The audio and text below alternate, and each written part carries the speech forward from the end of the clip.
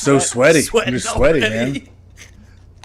I think we're live. Hey, how's it going? Tuesday, July 14th. McAfee and Hawk Sports Talk is back.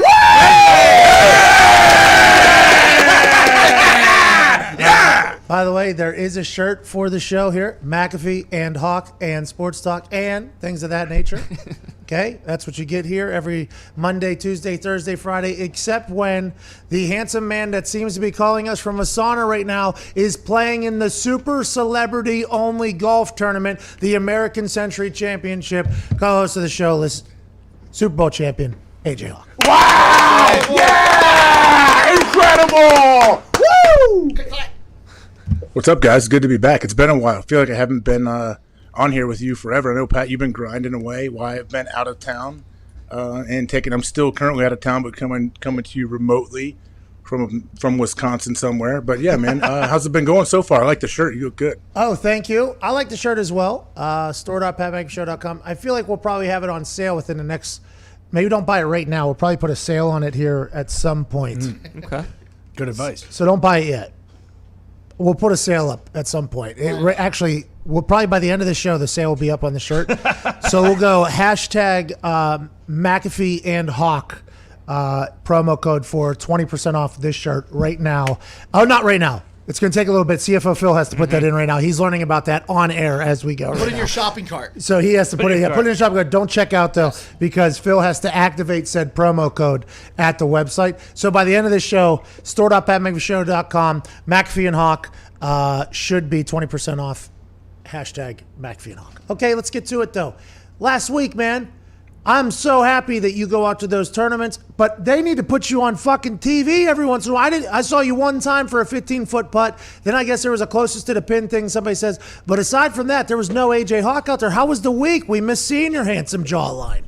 Well, the week is great, but normally, Pat, when you finish tied for 51st, you don't get a whole lot of TV time. So I'm not upset about that. I expect it fully. If they even got a glimpse of me in the background when I was playing with Aaron, I'm okay with it. So it's a fun week. Played horrendously poor golf pretty much every round.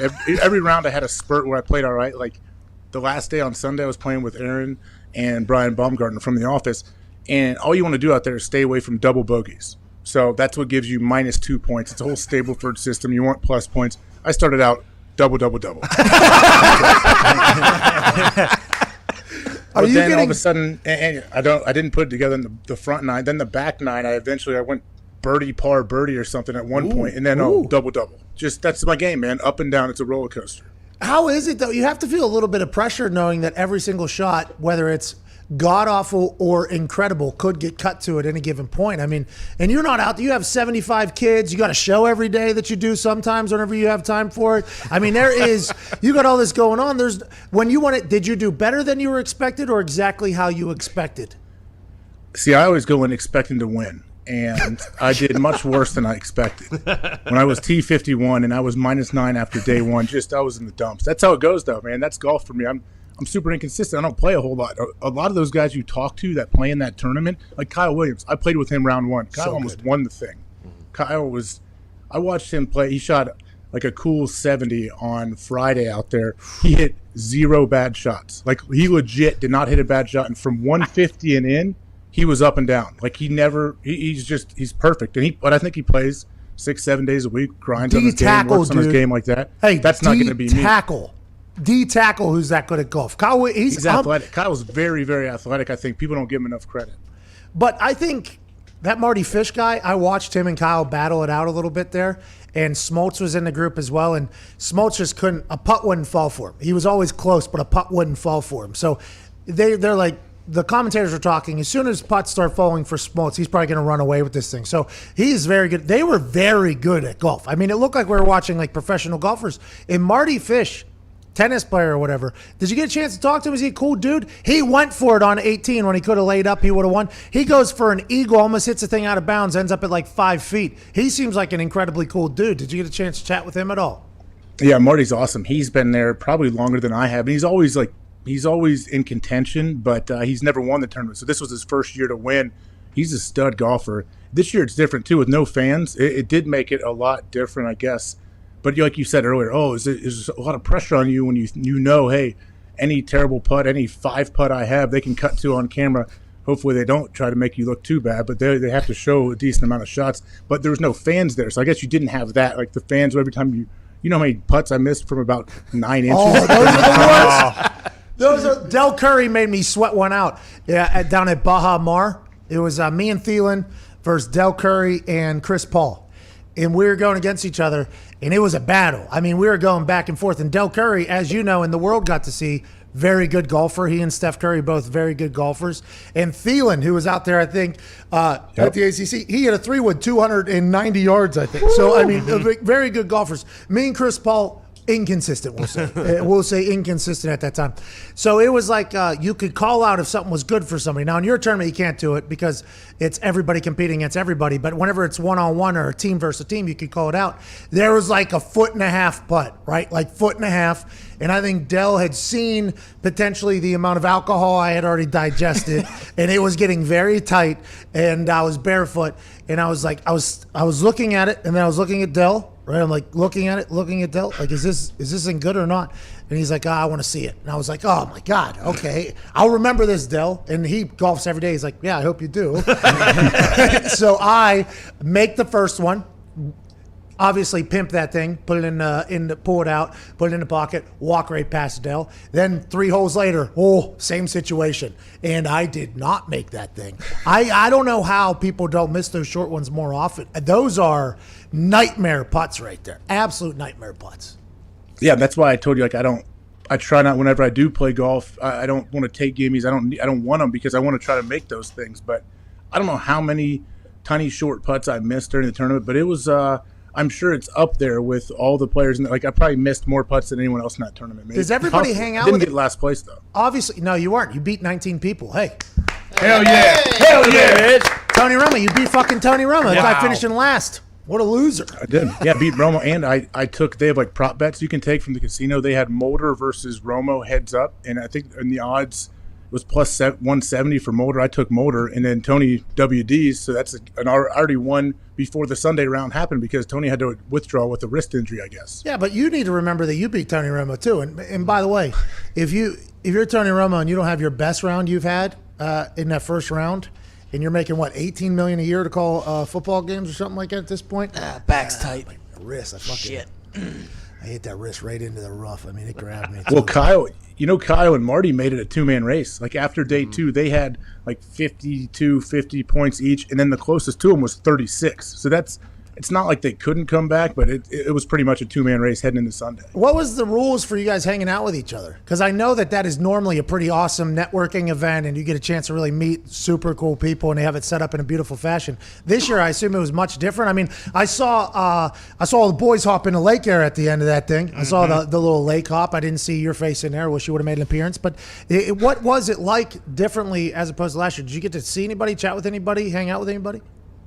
Yeah, it was definitely a lot different without fans, without the big hospitality tents and events they have at night. But they took a lot of precautions. You had to download this app before. They had a whole company that came in to handle like the whole medical situation. You had to fill out you had to answer questions before you went in every single day to the course. Then when you got there, it will say like pending temperature check. You got to show them your app. They take your temperature and then give you a wristband for the day. Whew. And anytime you were anywhere indoors, you had to wear a mask.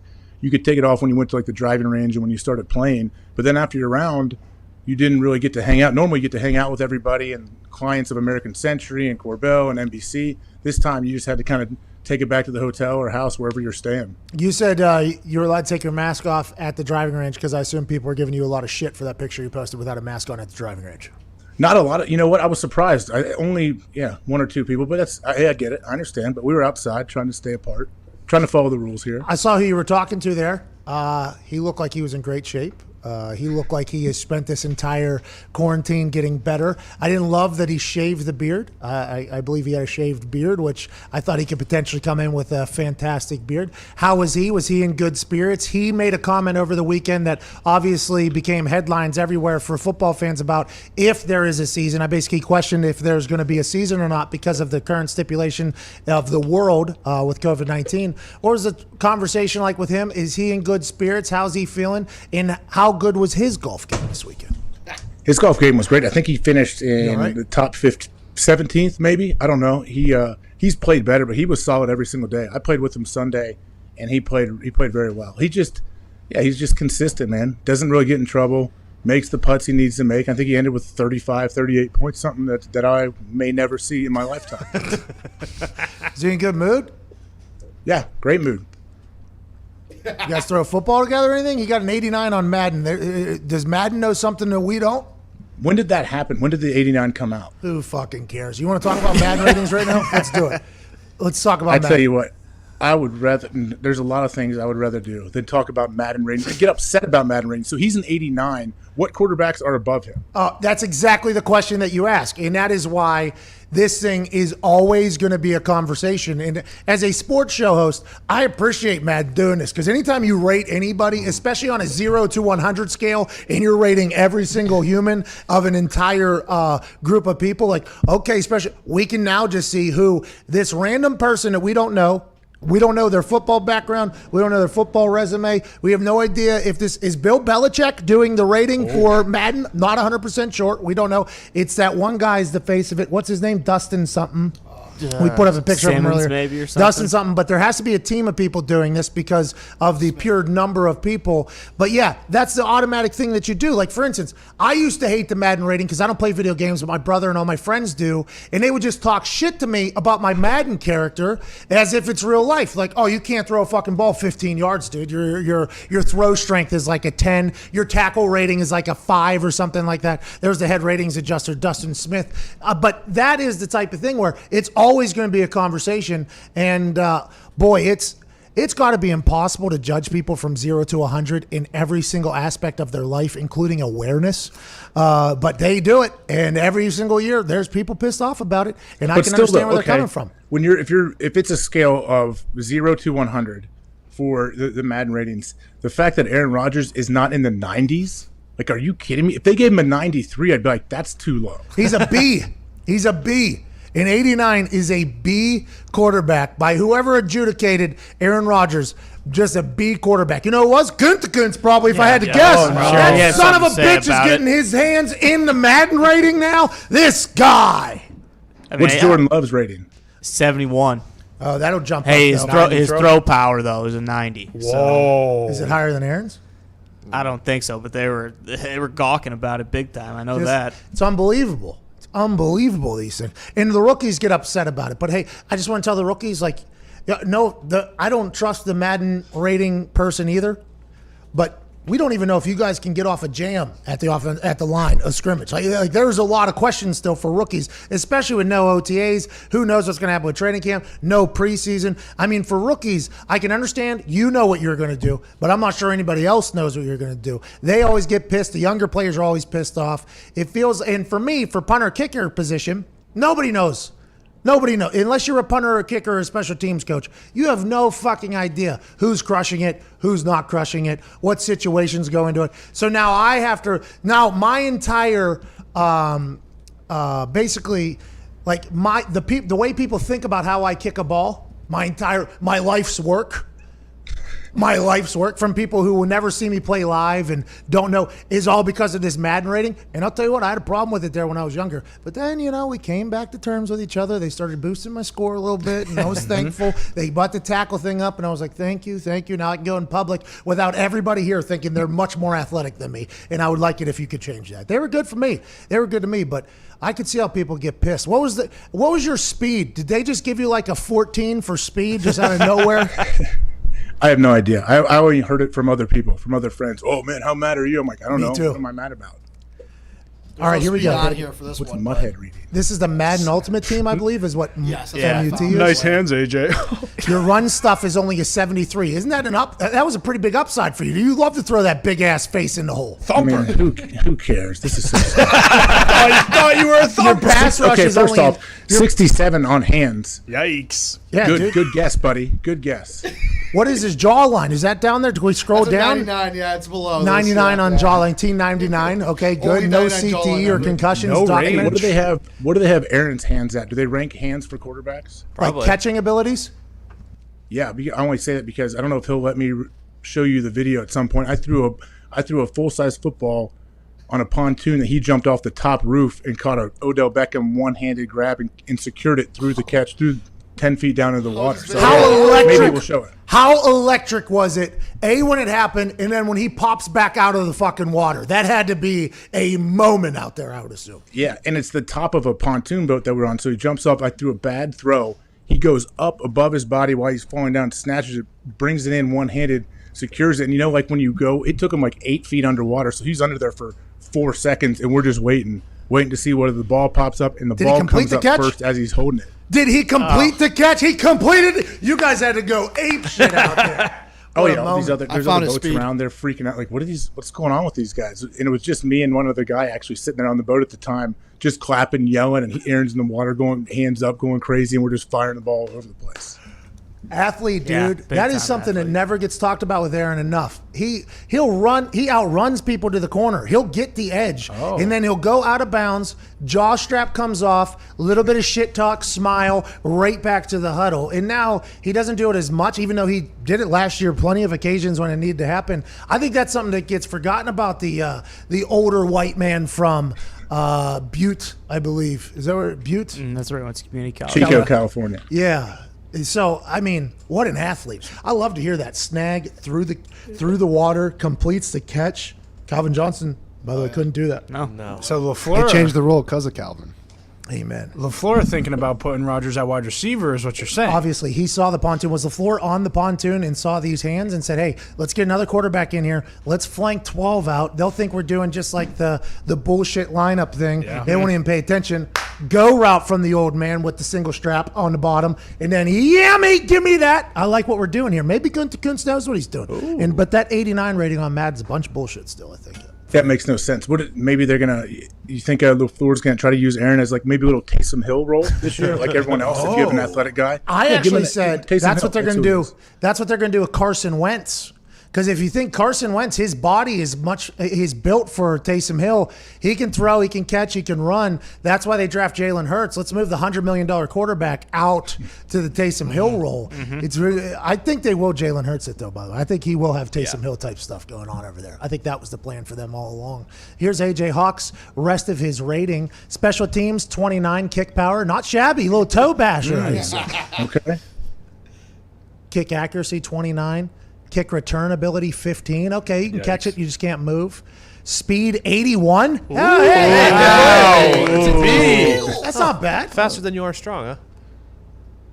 Sure. Great acceleration, though. Wow. Yeah, acceleration's 85, which you probably used in your run stuffing ability. That's only a 70 something. So maybe get a little I should have got mad. I should have, when I was playing, I should have got upset and always like gone and found this guy, found the Madden evaluators, and then publicly said a lot of stuff too online to him. I didn't say anything publicly, but I did whenever they came to the facility and dropped off the game and the bag to us. I did have some words with them about the lack of respect for my throwing power, my tackling ability, a lot of things like, how are you guys judging that? You're just guessing what I am? Like, have you ever seen me throw? Have you ever been in practice when I'm throwing 7-on-7? Like, have you guys ever seen that? And I told the story earlier today too, and I'm thinking back on it now. I don't think that was a Raider. I think that was just a PR person. But I do hope they potentially ran that through the corporate email and said, hey, Pat McAfee would like people to watch a little practice film on his arm and his tackling ability so he can stop getting mocked and ridiculed by his entire family and friends group. Do you think the Colts would send the Madden people practice footage? Could you imagine me cutting up a highlight clip and sending it to the Madden? Hey, listen, I am sick of this disrespect. Look at this clip. And then it'll have like even music in slow-mo, like tun tun. Oh, that would have been awesome. The best will be they see you in there, like your special teams coach sees you after practice for like 3 weeks in there on the computer. You're sitting here clicking away. He's like, "What are you doing, Pat?" "I'm just grinding, coach. We got a big month this month. We gotta get these victories. Huge for us. This team. We're going to the playoffs." And all of a sudden, they find out that you've been secretly cutting up your own highlight film just to send off to the Madden evaluators. Hey, sometimes you got to do some things, And by the way, I do watch film all day. Okay, AJ. All right. I'm not cutting film. I'm not cutting highlights. I'm not playing cornhole for 3-4 hours while you guys are, watching film. I'm not doing any of that. I'm not hanging out with the equipment managers playing little hoops on the side of the door while you guys are watching and grinding away in film. I'm not doing any of that. None Of of course it. not. I'm not going in the training room and just walking around playing with all the rehab tools because there's nothing else to do for an hour to an hour and a half a day while you guys are watching film. I'm not doing that. No games. I'm not doing that at all. You're 100% right. I don't need my punter to watch a bunch of film. Like you know what their what their rushes are and figure it out from there. Funny, I didn't want to know the rushes. Well, you didn't know you knew where they're going to attack you from, though, didn't you? Yo, yeah, true. But boy, like Tom McMahon at the end of my career, he was impeccable at hyping every human up. Okay, so every human was the best person that we didn't know existed and is going to potentially ruin everything for us. Okay, every returner was the greatest returner to ever walk onto a football field. Doesn't get as much credit because whatever the team situation, and they have a block guy that's going to break probably my leg because he's the best up and under guy that we've seen yet and probably will ever see in football. Right. So the first couple games, this guy was doing this, and I'm listening to everything he's saying, and I'm like, well, fuck, like. Am I going to die this week? And he was like, I'll let you know when there is actual problems, like for you to like really worry about. I'm like, okay. So we get to like week 5 or week 6, and he's like, hey, want to let you know they got a fucking guy, and there are some problems. I was like, I don't want to hear that. I don't want to know about it. He was like, he's going to be on your left, and he's going to come very hard, but we got Jack Doyle, so don't worry about it. I'm like, all right, so I don't worry about it. He was like, you should think about it, though. And I was like, well, goddamn, I just don't want to know. So I just played dumb. I just stopped listening in a lot of those meetings. But what I watched for, I wanted to know the returner. So some returners, if you hit a ball high, not great. Whenever they have to lift their head like this, so automatically fair catch. There's some guys that don't like moving from their left to their right, or there's some guys that an end over end ball can cause them a little bit of problems. There's a lot of shit that you can get out of film, but to really do it, you have to have a coach that's ready to watch 40 hours of film every single ball that they've returned. And I was lucky that Tom McMahon was willing to do that, because for me, I'm like, so I'm going to have to watch every fucking return this guy has ever had and see what ball he likes and doesn't like. That would make you a better punter if you did that. Does everybody else do this? No. Shane Leckler doing it? No. Well, I'm not going to do it then. Tom McMahon's like, well, I'll do it. That's basically what he started doing that shit without even like telling me. And then once he started giving me this information, I was like, where do you get this information from? And he's like, oh, I watch every single one of their returns. I'm like, for their entire life? And he's like, basically whenever they start, yeah. So college, we get a lot of college stuff, but it's good piece of information. I'm like, great pieces of information, but goddamn, that's got to be 30 hours of film. He's like, oh, you run through it pretty quick once you get going. I'm like, what? When you hit like his junior year of college, like you're fucking going. That's why I don't think I could ever be a coach. By the way, I don't think I could ever do that. Did you watch a lot of film? I assume you had to. Yeah, I watched a lot of film because it's very helpful, and I wanted to try to do whatever I could to give myself some kind of edge. But coaches always present what they have and give you all the cut ups and let you know, like in the playbook, what their tendencies are. But then, yeah, I think at least for my own mental sanity, I wanted to figure out little things here or there on my own. Like when you were talking about Tom McMahon studying these punters, right? Like, don't you think he probably has like a video library of every punter he's ever faced, every punter that he's going to face, and he just continues to add to that. That's pretty valuable if he wants to give it to another coach. Oh yeah, I didn't even think about that. Hey, here's by the way, a cut up. It's going to cost you. I mean, let's not get crazy. I've done a lot of work here. It's going to cost you, but that is a little vital piece of information there. Vital piece of. If he's going to retire, look, if you were going to retire and you were Tom McMahon, and when you retire, if you were his buddies that were still in the league, like, hey, Big Tom, why don't you send me over a little thumb drive full of all your return guys? Let me know your info. Tom McMahon was so fucking good. What's a coach that you had? You were like, this guy is good. Like Tom was just so good for me. I don't know if he's good with everybody, right? Like I don't know if Tom McMahon works with everybody, but for me, like he like got me. Like it was a match made in heaven. Why is that, you think? I have no fucking idea. I think maybe personalities. I think sometimes just personalities vibe. Like he obviously knew how good you were. He respected and liked that, and he was cool and put up with everything else that comes with Pat McAfee. Yeah, I think you're 100% right. Like compared to someone who you didn't get along with per se. Like what well, was the difference? It's not like getting along. You get along with everybody, but like it's whether not everybody. I guess that's not true. But you get along with more people. It's just whether or not like I think he made me better. Like I think Tom McMahon made me better. Like that is something I don't think you can say about a lot of coaches. Like, hey, that guy made me better. Who's somebody through your career that you were like, not that any coach is better than any other coach, but like a coach that was like, I like the way that guy operates there?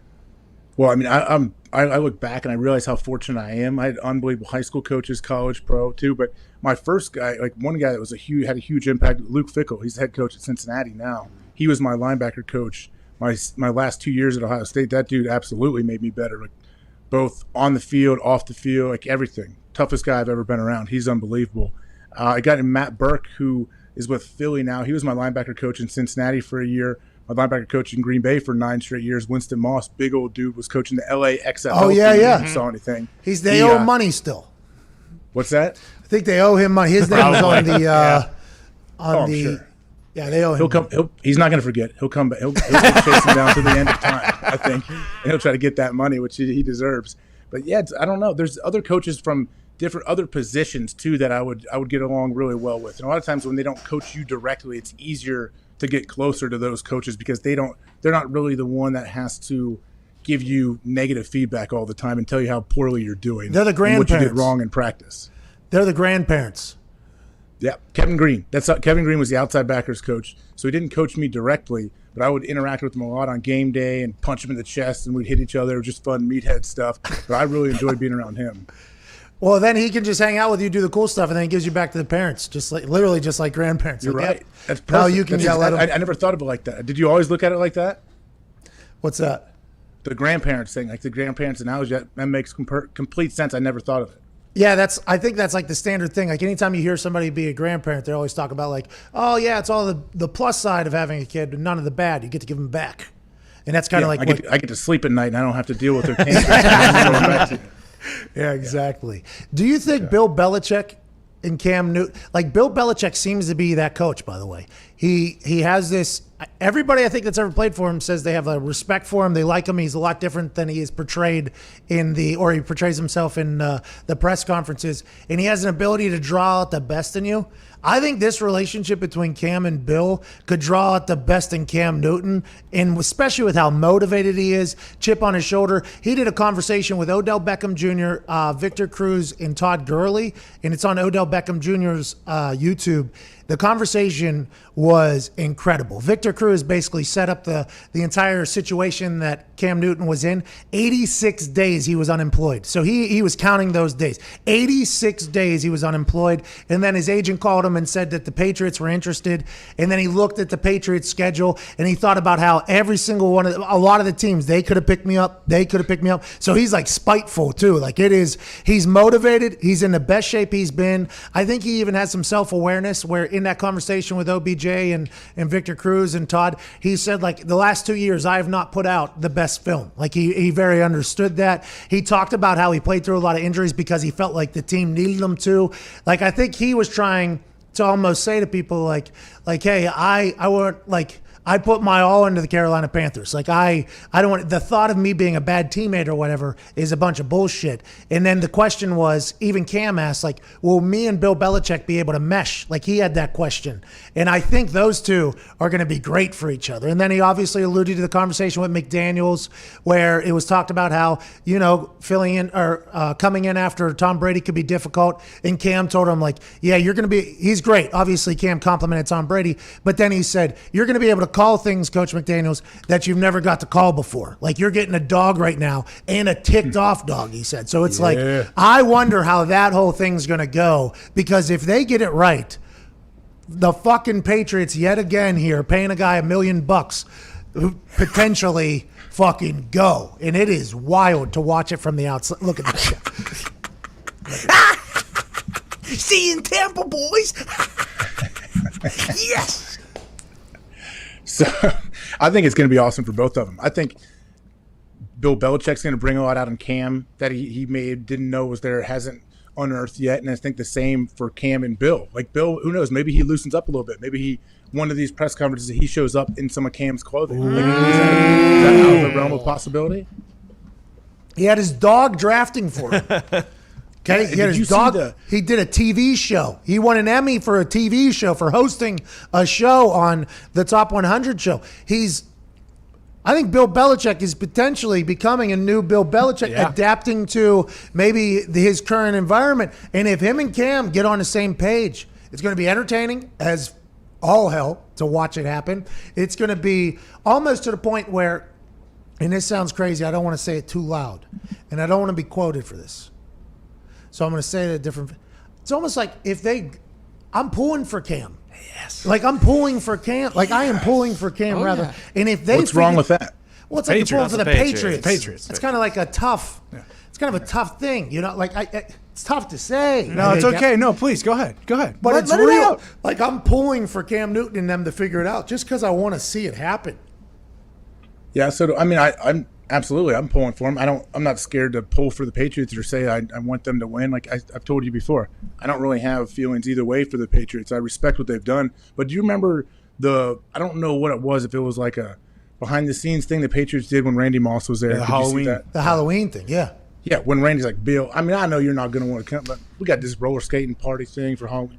I know you're not going to. I just want to let you know the guys would love to have you there. And then Bill shows up as a pirate and he's skating around with Linda. It's amazing. It's awesome. The best. It is absolutely awesome. And Like Vinatieri that interaction between Randy and Bill in his office, with first off how just beloved Randy Moss is. Everyone loves Randy. And when you see stuff like that, and Bill's just sitting there kind of smirking like, and then he shows up in full outfit, like he didn't half-ass it either. He shows up, he's all in, and he's actually skating around there with the team. Mustache and all. Hey, that's like that's Shinzu Art of War, you Yep. know? Like show up in places they don't expect you to show up at. That is probably Randy goes in there. They get along. I assume he showed up at Randy's Hall of Fame enshrinement as well in flip-flops. I think he had flip-flops on, which is awesome, legendary. But him, I wonder what his immediate thought was versus the thought of going. And are people scared to invite Belichick to think? I wouldn't. Like, that's something I would not invite Belichick to. So I think that is probably something he's like, man, I never get invited to anything. Like, I wonder. I hope one day they will, because they film so much up there, both illegally and legally for their own documentary. They do so much. I'm excited for like the behind the scenes Last Dance type thing for Bill Belichick at some point. I mean, that just the conversation, because I think we're going to learn a lot about him as a human, not just as a coach. What up, Diggs? Do you think they're going to film it? Will he allow that kind of access, though? I think so. I think he's starting. He already has, right? Yeah. The Saban thing too. Do your job. Yeah, the Saban one. the sit down with Saban, the conversation. I mean, there is a lot. The two Top 100. Bills, they did 2 Bills as Yeah. well. I think I don't want to say they're gearing up for that type of thing, but it feels like all the pieces that they're putting together, it would make for a great one down the road. And that's the greatest coach of all time. We have pretty large breaking news. Here we go. Here we go. There it is. So 17 minutes ago, Rappaport tweeted out that the Chiefs and Chris Jones were close to a deal. Then 7 minutes later, Rappaport got dunked on by Chris Mortensen. The Chiefs do have a deal with Chris Jones, 4 years, $85 million deal with $60 million guaranteed. Okay, here we go.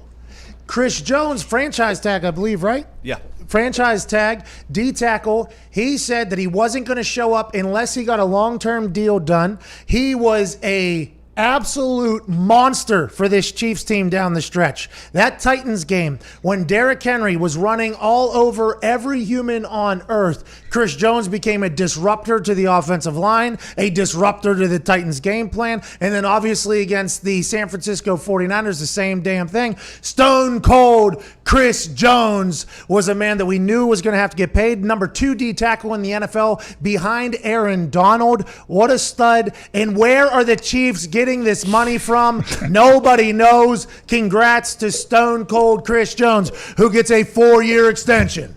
What? Worth $85 million. What? $60 million guaranteed. What? I'm gonna go get some beer. What? Tequila. What? Vodka. What? More beer. What? More beer. What? Then I'm gonna go and be a D tackle for the team that somehow has more motherfucking money than anybody else. I'm happy for Chris Jones, but I don't know how they're setting these deals up. What a big time signing for the Super Bowl champs to remain and retain a great defensive player, just like they locked up on the offensive side of the ball for years to come. Yep. So who's next? Who's next on the Chiefs to get an extension? Well, Kelsey, everybody's thinking Kelsey is going to be the one who has to get paid next. And there's going to be a decision between Kelsey and Tyreek Hill is what everybody's thinking. But if they just win this upcoming year, which is all I think they care about right now, if you have a couple Super Bowls and you love your team environment, maybe that's when the conversations can happen about what Tom Brady was doing, and like maybe they'll want to do something. Or you have 2 Super Bowls, you've accomplished everything you could potentially accomplish, and you're an All-Pro. It's like, all right, I'm gonna go get broken off somewhere else. We did everything we could possibly do. There's 2 very different ways this dynasty could go. I'm assuming it's going to be maybe a mixture of both, but they got 2 really, really pillar players on both sides of the ball now, locked in for at least the next couple of years. But they're going to have cap problems somewhere. I mean, they have to. They would have to. Yeah, you would think they're gonna have to go restructure like 10 guys deals to try to work things out when you do want to pay Kelsey or Tyreek Hill or whatever you have to do in the next year or two. But man, all of this, everything that's happening right now, just like I'm scared to death that there's not gonna be a season. It gets me thinking, like, what happens when these guys sign AJ, on? come on. Say it, AJ. We got 2 weeks. AJ. You are an What? evil man. AJ. You're evil is what the crowd's No, saying. first here. off, I believe they're going to find a way to make it happen. Yeah. I really do. I just don't know. Okay, you didn't Well, say then that. Stop Pat, saying you other know, stuff. like your July 28th reporting date, like teams aren't even telling their players yet that they're not. There's no. That's not official for teams right now. Is that inside? Is that breaking news? Whoa. They're saying we don't know. Yeah, they're saying we don't know. Like you can't. Like coaches and players, they can't tell their players, "Hey, July 28th, make sure you're back here in town." They're not Breaking doing it. news. Wow. NFL Wow. teams have not informed players of a reporting date for training camp or anything like that. Sure. Breaking news! Breaking news! AJ, McAfee and Hawk and Sports Talk and breaking fucking news. This show does. I'm saying, yeah, I think they're. I don't know if the NFL sent a memo. I don't know how it went, but I know they couldn't. There's no like concrete thing that where teams can tell their players this is when we will be back. I think right now everybody's like in a holding pattern. Who told you that? Multiple people told me that. Wow. So you confirmed it with multiple sources. Yeah, not out in Tahoe. No one out there told me. When's Raj going Sure. back? What did Aaron Rodgers Where'd have it to say come about from? what? Did you I don't run think that anybody by knows. Aaron and say, hey? Nobody knows anything. Did you run that by Aaron and say, hey, Aaron, like, what do you think? And did you maybe ask Kyle Williams what his thoughts were, or anybody else that could potentially be an NFL player that was out there? Yeah, I mean Kyle's retired, so Well, I'm he's retired. not too and I knew worried they were about the going. reporting date. Hey, I was retired and I knew July 28th before anybody else. What's up? True. What's up with that? Did. So So no, I'm not saying it won't happen. You know what scared me though, Pat, is when the Big Ten came out and said we're only playing a Big Ten schedule. you know why That's that a scared huge. me, That's AJ? a huge deal. You know why that scared me, AJ? Because that was just business decision. That wasn't health and safety decision. And then when Ohio State paused all voluntary workouts and didn't release the number, and then when the smart nerds canceled their season, and then when the SEC commissioner comes out and says that his worry is high to very high. I mean, there is a lot of things that scare the shit out of me college football wise. But I'm trying to separate in my brain. You see, in my brain, college football away from the NFL. And I think the NFL, because the only thing they care about is football and business, I think they will be able to get it done. Where college has to worry about the universities, the campus rules, the conference, everything like that. When the NFL just has this one goal, it feels like the NFL could get done. But boy, how will they be able to figure out a deal in the next 2 weeks at least, or 2 weeks until training camp's supposed to happen, between each other for the guidance? We all saw what happened. The NBA was ahead of this thing, but that took them a couple months to get down and figure out what they were going to do for this bubble. And the bubble, NBA though, hold on, I don't want to cut you off in the middle of it, but the NBA, it's so much different where you only have 12 to 15 players yeah. per team. You're going to move to a bubble. The NFL, you're going to have, they may reduce the rosters a little bit for camp, but you have a massive number of people playing a physical sport, On top and they're all of it. together. Like, the one thing that came out that said, the NFLPA is requesting to have virtual meetings during training camp. So I'm going to run out, I'm going to smash my face into dudes for 3 hours, 3.5 hours, and then we're going to go back to our dorm rooms and get on our computer because we don't want to be close to each other. it doesn't make any sense. They all contradict each other. Everything kind of contradicts each other. Now, granted, Oakley has come out with a face shield for the lower half there, which will make it really easy to breathe, especially in training camp. It'll be good. I'm sure the players will absolutely love that. And there is holes in that too. So it's definitely sealed so there's no COVID that could get in there. But also, I mean, It's just the NBA dome isn't even working. So what you're saying, like it's different than the NFL? The NBA dome has been compromised a couple times at this point. The NBA dome is getting penetrated by people who don't want to see the NBA back. The Uber drivers, the DoorDash delivery, the Postmates, the potential thoughts that are getting, they don't want the NBA back because they're just going in there. Let's not talk about the NBA guys, okay? They got a lot of stress on them in there. They're living away from their families. They might get distracted. They may want Applebee's one night. They might want something else another night. Let's hey, they're in there worried about. I think everybody around in that Orlando area though needs to be on their goddamn P's and Q's and not going into that bubble. Okay, let's not penetrate that bubble because if the NBA for some reason has to stop and they're bubbled down there. I assume a lot of other sports are going to have real conversations, including NHL and NFL. We need the NBA to get it right, but to get it right, you got to do all of the little stipulations. Is what I'm learning. But those stipulations, they don't all work together, it feels like. With the MLS, face mask to the field, while playing face mask off. As soon as game's over, face mask on, don't touch anybody. It's like, well, we just ran around for 90 minutes sweating because we're in Orlando and the humidity's 7,000 fucking % all over each other, but now we can't do it. Football, the NFL, the whole jersey exchange, you can tackle each other, don't look at each other afterwards. It's just, I understand what they're trying to do because it's guidelines and trying to be as safe as humanly possible and all that, but we're dealing with humans here, okay? And it feels like the human conversation that's going to happen the next couple of weeks with the NFL and the NFLPA could be a long and contentious one because they got to figure out the COVID guidelines. They got to figure out the money guidelines. They got to figure out who's going to stay where, how many people can be where. Each state has different rules. Each county has different rules. The rookies for the Chiefs and Texans are supposed to report this Saturday. They're supposed to report this Saturday. What? They could report this Saturday because rookies are a week ahead. And the Chiefs and Texans play on Thursday, so their training camp is 3 days before everybody else on the 28th, allegedly. So the Chiefs and Texans rookies could report this weekend, basically. Training camp is supposed to almost start for two teams, rookies. And, hey, there's nothing in place. So they're not even a thought. So these conversations are going to have to happen. They're going to have to happen quick. But Richard Sherman said that they went well last night. Let's hope that continues. Do you think they're operating under the assumption that they're just going to skip the entire preseason then? It's like they can push this back like a couple weeks if necessary? Yeah, didn't we talk about it, Pat, how if they skip all the preseason games, I remember saying, well, what are you going to have, an old school 6 weeks of camp to where you kill on each other? But no, it'd be 2 weeks is almost like OTAs, and 2 weeks of workouts, 2 weeks of like OTAs, a week of something, and then you get your pads on, you start practicing. That's what you take up all of that time that would have been preseason games. It's not on the field work, it's more classroom OTA type thing. Right there. 3 days medical equipment, 21 days strength and conditioning. That's 24 days. Another 10 days of unpadded practice. That's 34 days. 14 days of practice, 10 max, 8 padded. That's 48 days. Then straight into week one. And I didn't realize that was how long training camp was every single year because I didn't even. So long. What's that? That seems so long right there. So fucking long. And I never think about it because training camp is hey, I need to focus on whatever's next mission, whatever is next. And then we just take this one step at a time. Boom, boom, boom, boom. And for you guys, I don't know how you do it, getting your asses kicked for 3-4 hours. And then you got to go watch 3-4 hours of film that night. Then you got to go to sleep. Then you got to make it to breakfast because you're getting checked into breakfast. Then you got to go to a meeting, then a walkthrough, then a lunch, then another 3-4 hour practice, then another session on. I don't know how the hell you guys did that. Okay. I honestly don't know how you did that. But when it's laid out like this and you see it's 48 fucking days, that is a long time. And a lot of things can get done. And I think if they end up hitting this 28th check-in date, I think this will be more than enough to get teams ready to go.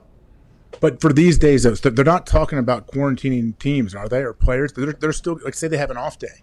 Do they have to stay stuck in their dorms? Like, how's it work? That conversation hasn't even happened. So if you look at what the NHL is doing, they have all their training camps happening at their home facilities, and they are not quarantined. So they're able to go training camp, then home. In the NHL, in the NHLPA, Eddie Olczyk told us, by the way, legend of a human, Eddie Olczyk, defeated stage 3 colon cancer. Now he's on the other side of it, giving out horse picks and doing NBC and what should be motivational speeches. He said that the NFLPA wanted the information to not be shared on who gets COVID-19. So they've rolled out a plan of like saying somebody's unfit to practice, which doesn't mean they have COVID-19. It just means they're unfit to practice. So whether they got something injured, they're not in shape enough. So they didn't want to say who all had it. The NFL has to figure out all those things still. You know, they have to figure out, are we quarantining like the NBA is doing and the MLS doing, or are we going to let people come home and go? So if we get it, we at least get it out of the run before the season starts. I mean, there's all those conversations still to be had. And there's a lot of different ways it can go, by the way. There's a lot of different ways that can go. There's a million different ways it can go. But with the NHL players, when they go to their host cities, they're not in a bubble in the host cities, are they? They're just in host cities. No, the hubs are bubbles. Oh, so they are? Okay, Edmonton so once they're there. Yeah, Edmonton and Toronto for the Western and Eastern conferences up there. Their training camps right now, they're allowed to leave. But once they get to Toronto, once they get to Edmonton, they are locked down. And the Toronto Blue Jays players were told that if they're seen outside of the stadium in downtown Toronto, $750,000 fine and possible jail time. So I don't know if that's Toronto. That has to be Toronto City ordinance then. That would have to be that. So Toronto seems like it is Blue Jays players that leave team bubble could face $750,000 fine, potential jail time. So I don't know if that's the city of Toronto that has those rules. If that's the case, those NHL players aren't moving anywhere. I think that was a big reason why they decided to have the camps in the home cities was to keep these guys out of the bubble for as long as possible. And it may end up backfiring. It may blow up in their face. We'll see. Yeah, because hey, you know what's good about the bubble is the bubble's clean. Oh, yeah. The bubble has nothing in it. But if you show up at the bubble with something inside the bubble, you see all you're doing is trapping it in now. So now the bubble no longer pure. Take the white wedding dress off. That's what I'm talking about when it comes to the bubble. Wow. I just don't. Yeah. I mean, there's so much to go into it. So many things, so many different ways it could go. And there's not like one person in charge of any of this. Like, it's like when you talk, if you're around anybody who has kids, all the people are doing right now is worrying about whether their kids are going to go back to school or not. Or are you going to have to virtual school? How is it a 50-50 hybrid? What are you going to do? Like, there's a million different options. But then when you think of an NFL football team, a whole organization trying to figure out, okay, hey, we got to open camp here in a couple of weeks, most likely. What do we do? Oh, hey, let's say your two top trainers test positive. Who's going to tape ankles? Who's going to check guys every single day? How are we going to keep the rest of the guys healthy? And what if those are the guys who are making decisions on what the plan is for the player? What if they're the people that are writing up the treatment plans? I mean, it's more than just your star quarterback getting hurt. Obviously sucks, by the way. Just starting quarterbacks out, that's not good news for your team. But there's a lot of other very important pieces to an entire team's operation that are also older normally, by the way. So who knows if that's still a COVID-19 thing. I don't know if it doesn't get talked about enough, or still it doesn't get talked about much anymore. But there's a lot of things that have to go into this, and it is, 2 weeks to figure it out before that 48-day clock starts before the first game. I mean, that's fucking That's what scares wild. me. Do you guys think that maybe the season might start in October or even November if they don't get this deal done? I don't in think time? they'll be able to do that. I think because I don't know. I guess I have no idea.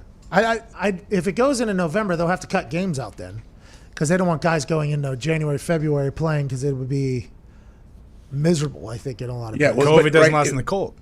What's that? If you look at it right now, though, think like, okay, let's say they have a target date for mid-October to start the season.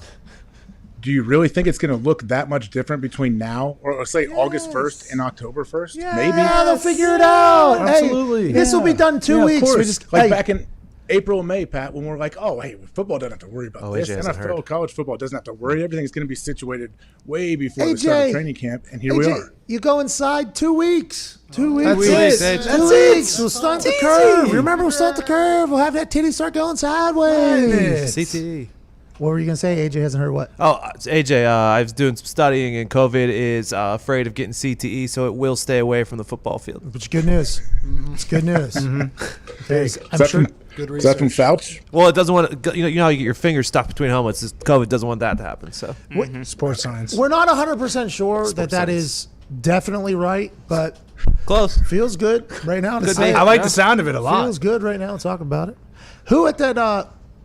Did you meet anybody new at that golf outing or golf tournament last week? I don't know if maybe some people. I mean, this is Mahomes' first year, so I did like the closest to the pin contest with him. Even though we were socially distanced, I sat next to him, got to talk with him. Him and Kelsey are awesome, man. Could you smell the money from Patrick? Could you wow, is that $500 million over there? I would assume that if I sign a deal for $500 million and then I'm getting Coors Light money on top of that, which I didn't know players could get beer money. I'm very happy that is happening now. Must be in the new CBA. Electric news. Congrats to Patty Mahomes. And he's getting Coors Light money. I would assume that there's some sort of radiance coming off of that person. Now, I've never been around a human that's had that happen, but I would assume Patrick Mahomes was glowing this past week, as he should, by the way. Guy took over the world and got broken off for it. What was he like? Oh, he was awesome. He was having a great time. He got that. Yeah, I didn't understand it either. I thought you couldn't have a sponsorship with like casinos or gambling or alcohol companies. And there's a giant Coors Light bus there that was wrapped, and that's why I guess what Pat and Kelsey would ride back and forth to the course to their house that they were staying in every single day. So we would see it sitting there. I'm like, oh, okay, there we go. I wonder if this is his. This is his 99 rating. Oh, it's his Madden thing. Okay. Yeah. But his Coors Light truck thing was amazing. It was great, too, because his buddy was carrying around bags of Coors Light, too. So we all got to take some. Silver bullets? Oh. Silver bullets, pal? With mountains surrounding us, too. I know it's not the Rockies, but we still had mountains surrounding us out there in Tahoe. Hey, it's beautiful out there. Oh, yeah, I was in the lake every single day. You were in the lake every single day? Yeah, my brother's my caddy. Yeah, so I posted a picture with him. We'd get up like 5:30, we go swim. It's freezing cold outside. The lake is freezing cold, and you go in there, you jump in there, you swim, work out a little bit, start your day off great. Did you do that guy? Oh, what's his name? Wim Hof. Wim Hof. Did you go out there? And then jump in the water? It's not even cold for Wim Hof. Like that, Wim could live in Lake Tahoe up to his neck. But yeah, it's very cold. He's the Iceman. Did you do the Wim Hof technique out there at 5:30 in the morning, Lake Tahoe, when it was cold? I do it every year we go out there. It's the best way to start your day, man. Jump in, then you swim. We would swim for a little workouts. You got bands. You can throw kettlebells around, do whatever you want, and then go in, take a nice warm shower, and start your day. Wow. Jeez. You think that's potentially why you stink in that fucking tournament? No. Unfortunately, I don't think there's any reason, any excuse I have that I stink other than I'm just not good at golf right now and I don't play golf very much. Maybe don't be all blown up, though, after working out in an ice tub and then bands and just, okay, now let's just go be free out there. Let's just go hit some hacks around here. I mean, maybe focus a little bit, AJ. You winning that thing would have been good for the show. Well, and Larry the Cable Guy was inside his head. Oh, Larry the Cable Guy was sawing you down. He was like a mental ninja in there for you. And no fans, so AJ didn't have the chance to earhole somebody, and then he really didn't feel like himself on the course. True. You're right. This is correct. This is true. I had multiple people ask me, like, hey, oh, man, what are you going to do? Who are you going to hit? I was like, I don't know. My brother's the only one here with me carrying my bag. Can I hit him? Should have. I didn't. Those were a lot of reasons to possibly be distracted, but let's be honest, there was one thing going on over the weekend that AJ definitely had on his mind that I'm not going to bring up. Nick, stop. We talked about it at length yesterday. I'm not going to get into it again. Stop. But I know AJ was certainly. I'm done with it. What are we certainly doing? Confused. I need to know. I need to know what it is. Oh, No, you don't. They don't. Nick. Online retail. Again, Nick, stop. Nick. Bite your tongue. Some conspiracy, big weekend in conspiracy. Just want to let you know that, AJ. What are you talking? Is it this because I'm a Will Smith fan? I've seen him struggling. No. Okay, yeah. Hey, by the way, you're on the right side of history there. So what you just did, Nick is not. But that is not what Nick was referring to. Nick was referring to the cabinetry maker. Jesus! If you were hitting fairways, if you took like part that word and kind of split it apart and switched it. Yeah. Reverse. Wayfair? Whoa! Oh, no, You guys did it again. Easy. I don't know. First off, I'm out in a bubble. I didn't turn the TV on or barely use my phone while I was there. What happened? Is that a knock at the door? I'll let you figure it out. But the bat, AJ, I'm never gonna figure it out. Don't. Smart. Let somebody else. But hang tight to those kids. Wait, is this because of? Does this have to do with Seriously. someone whose last There's name fuck crazy shit rhymes going with on out there. Rhymes with what? Maxwell? Allegedly. Oh, jeez. What's that? Oh, no. Is this because of Ghislaine? Well, I do believe that's it's kind of interesting that pops out as soon as she gets. Hey, It's all connected, my friend. hey. Something's going on. We'll send you the evidence. It was a rough weekend for me on the internet, dude. Some people were sending me links to things, and I got in there, and I was on Cloud 40, and I was diving deep in there. I'm like, wait a minute, I got to get out of here. And then as soon as you think you're getting out, it's like golf. You hit one good shot, and you're right fucking Keep back digging. in. I'm out, and I see something on Avicii, and I'm like, oh my God, and then I'm back in. It was just a long weekend. Avicii. Oh, man. Can't do it. Was Not he- doing it. Won't do it. We're moving on. Was he in? No, opposite actually. All right. Oh, no. Yeah, Yeah, Ledge, he was on. he's trying to. He's spending $13,000 on cabinets? No. No. Opposite of that. Fighting for the cause. Fight for the cause, bro. Oh, he's Trying to open it. selling stock. Levels, bro. No. Tone. Yeah. Hey, don't do it, AJ. It was there was a couple hours of my life that I'm like, oh my God, I was in a different world for a little bit. I was in a different world. Can't talk about it. Show's probably getting taken down. UFC 251. Have you seen the number of pay-per-view buys on this? It was over $1 million, right? 1.3 million pay-per-view buys. I am proud to say I was one of them because if you watched on the ESPN Plus app on your phone, it had the cool little dudes that had the red on them where they're getting beat up at. It had all the stats, the names, and the ladies, obviously not just the dudes. And you could see who was fighting who was what, and who appeared to be in the lead. Obviously, there was a couple judgments and rulings that have a lot of people questioning it. But what a success story for Fight Island and Dana White. That's $70-some million if it's $59.99, which I think is what it was. $64.99. Oh, so add, I guess, another $5 onto that somehow. I don't have enough math. We'll just say $100 million. No, probably like $90 million if I had to guess. $90 million in just pay-per-view buys is a hell of a night there quickly. Yeah, if you can, especially right now. And how does any sports league put anything on, make any money? But if you can put an event on and sell that many pay-per-views, is there anyone else right now that could do this? Like any other sports league, anything? That's why I think, and this is kind of what the conversation led to. It's like when the NBA comes back, those numbers might be bigger than they've ever been. I mean, I'm watching MLS.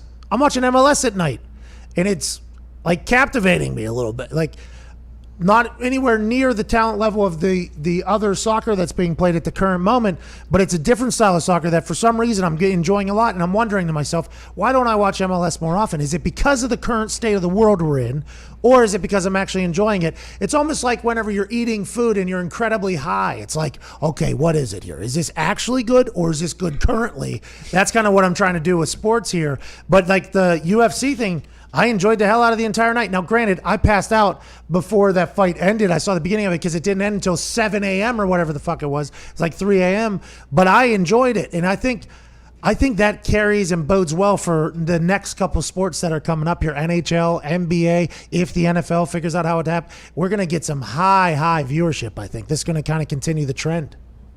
Yeah, they have to. I don't. Do they?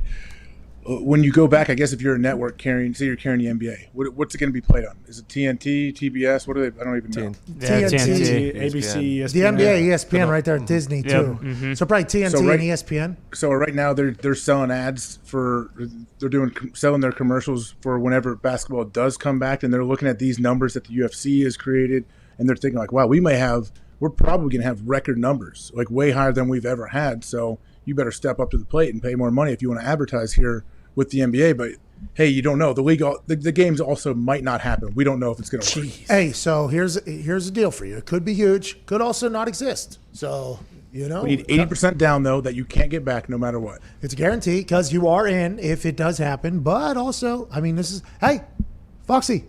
That's business, baby. That's business, baby. That's just the way things go. I'm trying to get in on a tarp or two, though, if the NFL does kick off in those stadiums. Have you seen the MLS game?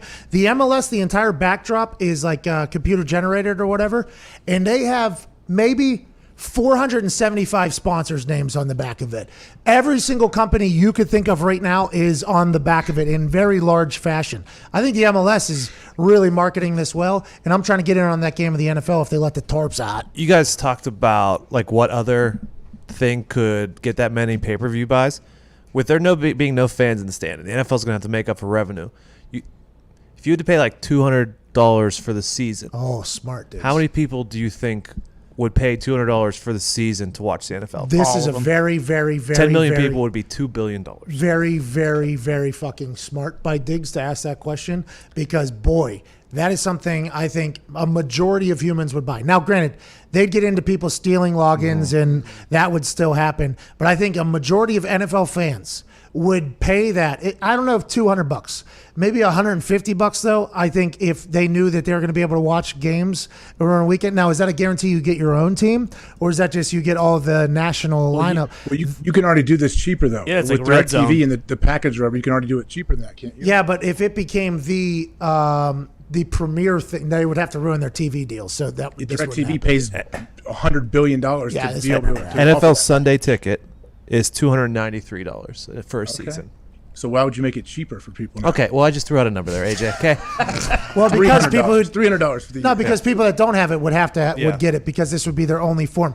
Diggs was saying in a hypothetical world without TV deals, right? Yeah. You were saying without TV deals already in place, if the NFL was only going to be able to come back from business side, if you paid $400 a person and you got to watch your thing all season, how many people would do it? I think they would make massive amounts of money. Yeah. I mean, massive amounts of money. But they're going to make their money back through, I would hope, marketing, and they're definitely going to lose shit. I mean, that's just going to happen. But look at the MLS. That's just what, one like fifth of the thing there. You got Target, SNHU, Heineken, Body Armor, Home Depot, So is the NBA going to do that too, since they're going to be playing in these smaller gyms? Acme. I mean, they got everything back there. I would assume, yeah. That's There not has a to real be. wall. Huh? That's not a real wall. No, it's computer generated. I thought it was a real wall. Yeah, because I don't know if they had that many I night did. one. I was like, it's a cool wall. And then I thought they should play the ball off the wall. Yeah, a little basher board. Yeah. yeah. Indoor soccer. Bingo.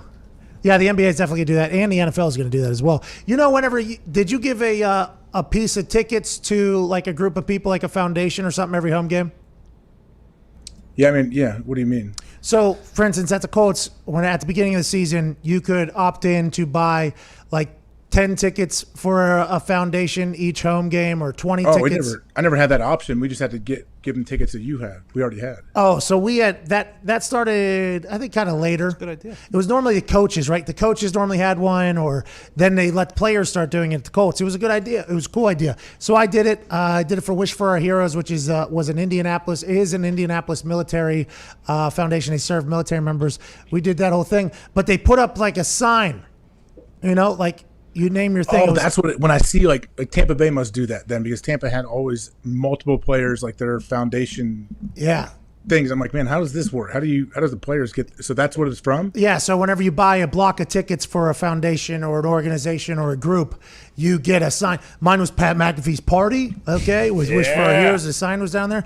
I assume they're going to have those things loaded, but with advertisers around an NFL bowl. I would assume that's going to look like a NASCAR almost out from the field all the way up. They're going to, because if the numbers are looking like what it is for the UFC and for everything else that's popping off, I would assume that the advertising dollars can go through the roof.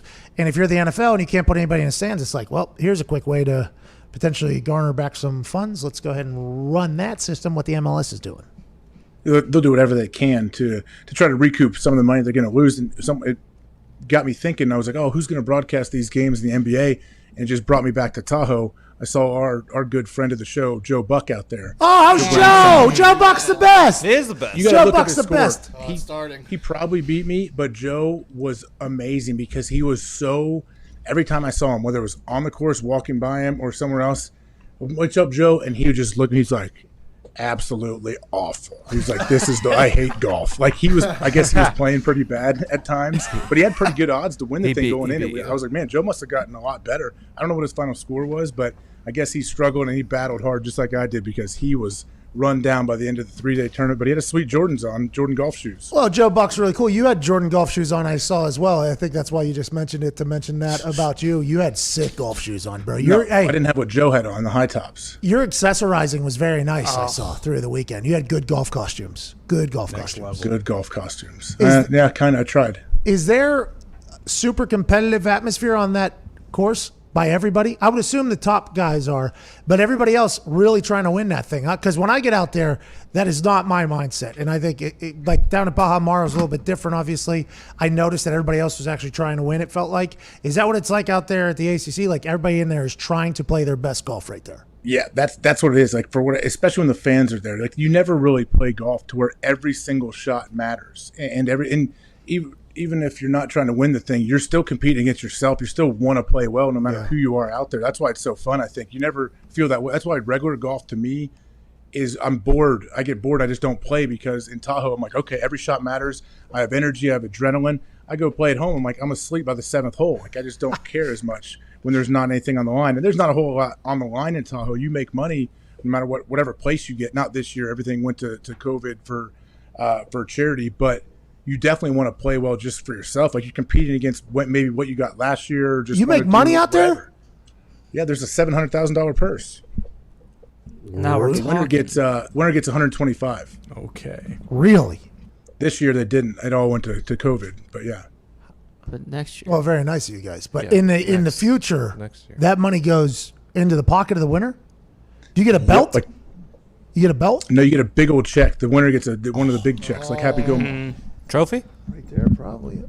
Yeah, there's a trophy too, probably. I don't know. Hey, how is Eddie George worse than Charles Barkley? Yeah, that was funny to watch on the leaderboard there. How's that happen? Talk to Eddie, man. It's Eddie's first year out there. I was like, "Oh, what's up, man? How you doing?" Right before his last round, and he said, "Oh boy, man." He's like, I don't have a cat. I didn't bring a caddy with me this year, and it's my first year. I thought I was just kind of working my way around the course, and it's just not working out like I thought it was.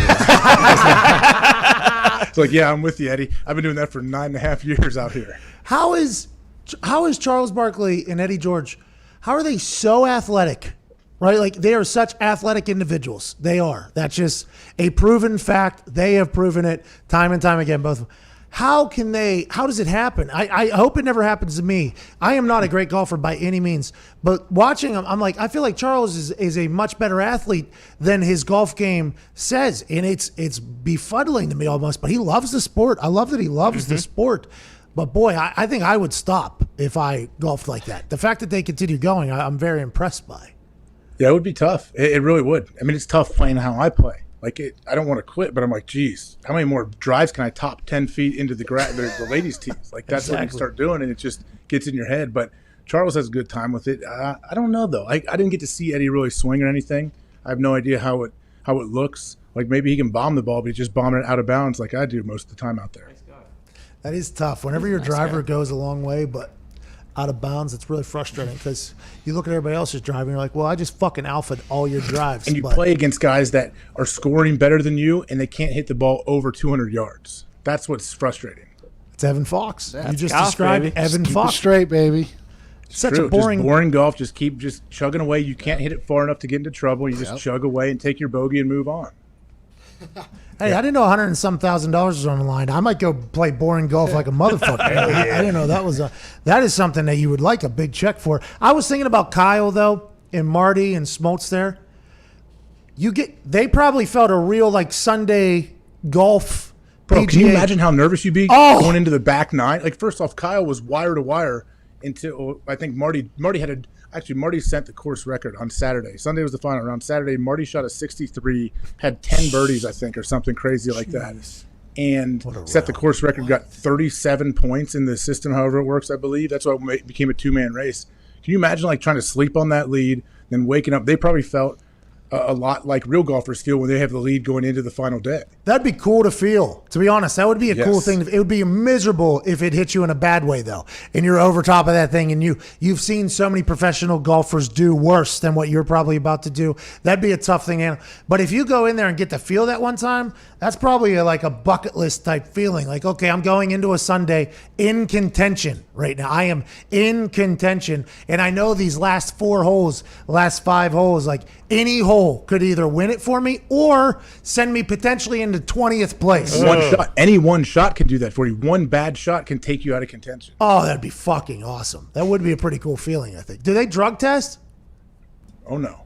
Okay, Here we're we good. go. Here we go. There it is. Back, baby. We're in a pretty good spot. See you next year. As long as I got my, as long as I got my friend with me. Yeah. As long as I got some I think vitamins. That's I think California. you'll be fine, Pat. Can I play music or is there no music? Super serious. No, there's you can play music. Oh, Is the course on the California or on Nevada side?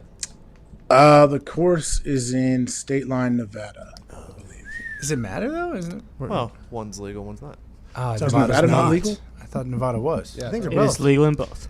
Both are legal. That boy Diggsy fact. California's been legal longer. Medically. Maybe. Yeah. All right, AJ. Are we back doing the show tomorrow? Yeah. Yeah, I'm good to do it tomorrow. Me too. Hey, it was great seeing you from all of us, man. Hey, I missed it. Trust me. And I had plenty of guys out there telling me, "Oh man, when are you doing the show from here?" I'm like, I wish time change, everything, internet's not good, but now I'm good to go. now. Whoa. Hold the Back up. Yabba dabba do. Let's hit the brakes on the car here. What? Who said, are you doing a show from out here? Was there people that watched the show? Yeah, of course. There's always people that watch the show. Okay. Go ahead. Who do we need to know? Pat, you have Pat? get your pen out. I'm not saying specific names and players. Name. Even Oh, like we just need at support least people. two. Come on. What? Is there two people that listen to our show that were out there? Yeah. Well, Aaron Rodgers. I was gonna say, I knew Raj was jonesing for a new episode. Hey, Rod. Okay. Yeah, he brought it. He mentioned it a few times with the people we were at. He mentioned like different parts, things that have happened on the show. He's like, oh, well, someone mentioned something about the show. Like, oh, what do you do, AJ? He's like, oh, it's great. Him and Pat. And he's like, they did a draft show I came on for a long time. Like, yeah. Mad Mel. Did Mad Mel get a shout out? I would like to lie and say yes, but he did not. it's okay. But I Should brought have up dropped the Mel. Mad Mel. I brought up Goddamn it, Mad right Mel. there. Mahomes where- is the other one? Mahomes, Sure. drink Yeah, I'm pretty Mahomes. sure. I'm not. I don't know exactly if I heard it wrong or whatever. I'm pretty sure Mahomes like, oh hey, I love McAfee and Hawkman. It's great. Tell Pat I said hi. Well, drink the Coors Light on the Coors Light bus? We thought so. Yeah, I think that I'm 98% sure I heard it that way. Yeah. Fucking, that's a show, dude. What a show. Hey, what a show for us. What a show. Talk show on the internet from 1 to 2 Eastern Standard Time. So come on down for a mental vacation with the boys on YouTube Live. It's McAfee and Hawk. It's McAfee and Hawk Sports Talk. AJ used to tackle quarterbacks and he's a Rust Belt kind of guy. That's the punter of the decade for the 2010s, kicking Pierce missiles to the sky. It's McAfee and Hawk. It's McAfee and Hawk Sports Talk. It's McAfee and Hawk Sports Talk.